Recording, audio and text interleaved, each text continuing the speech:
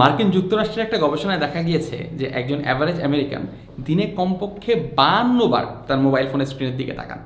একটুখানি রিংটোন বাজে আর আমরা সাথে সাথে মোবাইল ফোনটা বের করে নোটিফিকেশনটা চেক করতে লেগে যাই।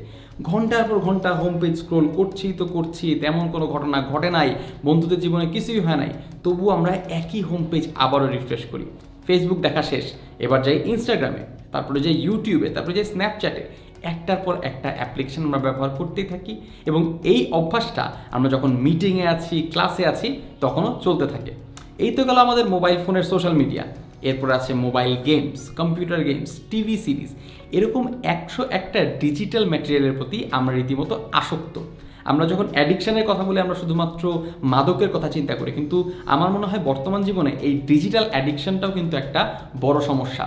সামনে তোমার একটা ডেডলাইন আছে কাজের, বা তোমার সামনে একটা পরীক্ষা আছে, তুমি জানো যে এই মুহূর্তে তোমার পড়া দরকার, তবুও মোবাইল ফোনটা বের করে তোমাকে একটুখানি পাবজি খেলতেই হবে, একটুখানি ফেসবুকে ঢুকতেই হবে, কারণ তুমি রীতিমতো ডিপেন্ডেন্ট হয়ে পড়েছো, নির্ভরশীল হয়ে পড়েছো। এই আসক্তি থেকে বের হবার পদ্ধতি কী?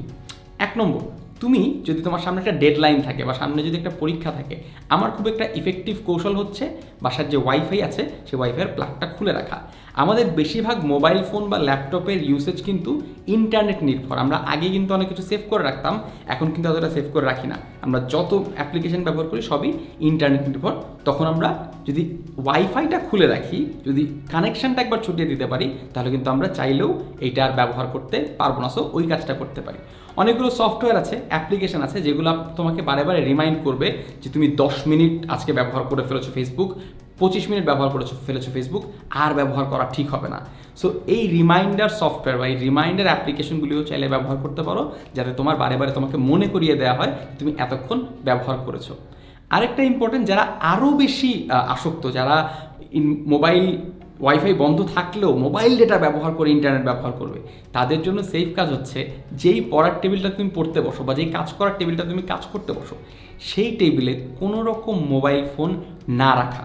সেখান থেকে অনেক দূরে, পারলে কোনো একটা আলমারির মধ্যে দরকার হলে মোবাইল ফোন বন্ধ করে রেখে দিয়ে আসবা, যদি না তোমার আর্জেন্ট কল আসার সম্ভাবনা থাকে। তোমার কালকে পরীক্ষা থাকে, তাহলে কিন্তু আর্জেন্ট কল আসার সম্ভাবনা আসলেও কম। সেক্ষেত্রে তুমি তোমার মোবাইল ফোনটা অনেক দূরে কোথাও রেখে দিয়ে আসবে। 4 ঘন্টা 5 ঘন্টা পরে গিয়ে দেখবে যে তোমার কয়টা মিস কল এসছে, সেই কলগুলো তুমি রিটার্ন করবে।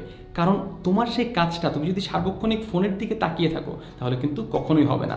এই ডিজিটাল অ্যাডিকশন থেকে বের হয়ে আসি, আস্তে আস্তে অন্যদের বন্ধুদেরকেও বের হয়ে আসবার সুযোগ দিই। দোস্ত কালকে পরীক্ষা, চল মোবাইল ফোনে চ্যাট করি। এই চক্রের মধ্যে মানুষজনকে বেঁধে না ফেলি। সবার জন্য ডিজিটাল অ্যাডিকশন মুক্ত একটি সমাজ করে তুলি।